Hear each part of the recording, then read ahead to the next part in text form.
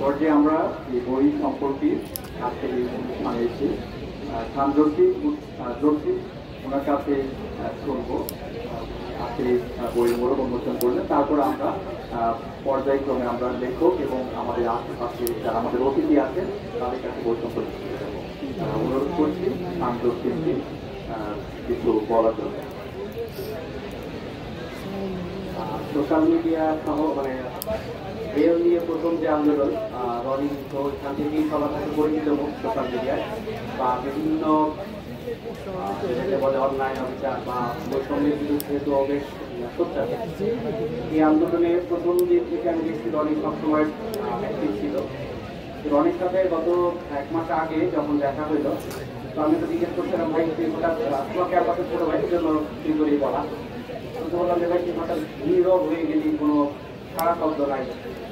তো এরপরে ওর কাছে যখন শুনলাম যে একটা বই লিখতেছে এই জুলাই, ওর অভিজ্ঞতা এবং ওর নিজের দেখা নিজের আন্দোলনে থাকার জায়গা থেকে, তখন আমার কাছে মনে হলো যে সে আসলে নীরব হয় নাই, সে একটু আড়ালে গেছে আমাদের এই আন্দোলনটাকে আসলে সবার সামনে একজন আন্দোলনকারী হিসেবে তার অভিজ্ঞতা জায়গা করার জন্য, সবার সামনে উপস্থাপন করার জন্য।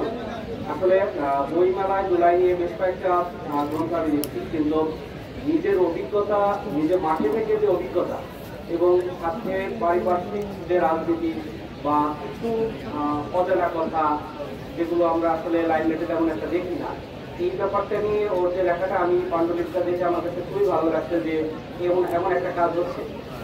আমি আমার জায়গা থেকে আমার খুব ইচ্ছা ছিল এমন কিছু লেখার, কিন্তু গত 6 মাস ধরে আমি অপারেশন 3-4 বার অপারেশন হয়েছে, 3 বার অপারেশন হয়েছে, আর একবার অপারেশন হবে আমার বাম চোখের দৃষ্টি হারাইছি, এরপরে হসপিটালাইজ থাকতে হয়েছে। এই জন্য আসলে আমি নিজের জায়গা থেকে একটা মানে অভিজ্ঞতা যে লিখবো সেটা আসলে হয়ে ওঠে নাই।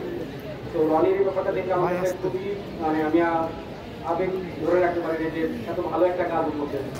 তো রনির জন্য শুভকামনা, আপনাদের সবার কাছে অনুরোধ থাকবে আমাদের রনির এই বইটা পড়বেন এবং জুলাই সম্পর্কে মানে একজন মাঠের আন্দোলনকারী হিসেবে যে অভিজ্ঞতা, এটা আমার মনে হয় যে বইটা আপনারা যখন পড়বেন আপনি ফিল করবেন যে আপনি এখনো জুলাই আছেন। এই জায়গা থেকে আপনাদের কাছে অনুরোধ আপনারা বইটা পড়বেন। আর জুলাইয়ের জন্য, জুলাইয়ের যে বৈষম্যের বিরুদ্ধে আমাদের যে চেতনা, এই চেতনা ধরে রাখবেন।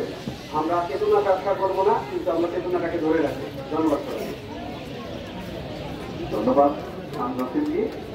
এই পর্যায়ে আমাদের জুলাই 24 আপসহায় সংগ্রাম বইয়ের সম্পর্কে বলবেন কামরুন নাহার মুন্নি আপা, ওনাকে অনুরোধ করছি কিছু বলেন।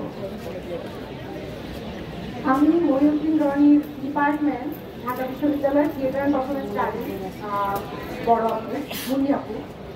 তো সিনিয়রদের আসলে একটা মনে হয় দায় থাকে যে অনুপ যখন কোনো কিছু করে সেখানে গিয়ে আসলে আমার ছায়াটা তার উপর রাখে। আমি আমার যারা অগ্রজ ছিলেন, যারা সিনিয়র ছিলেন, তাদের সবার কাছ থেকে না পাই, কারো কাছ থেকে তো পেয়েছি ছায়াটা। তো সেইখান থেকে আমার মনে হয় কি পরম্পরায় যদি আসে এটা যে আসলে আমার যে ছোট ভাইটা বা আমার ছোট বোনটা আমাকে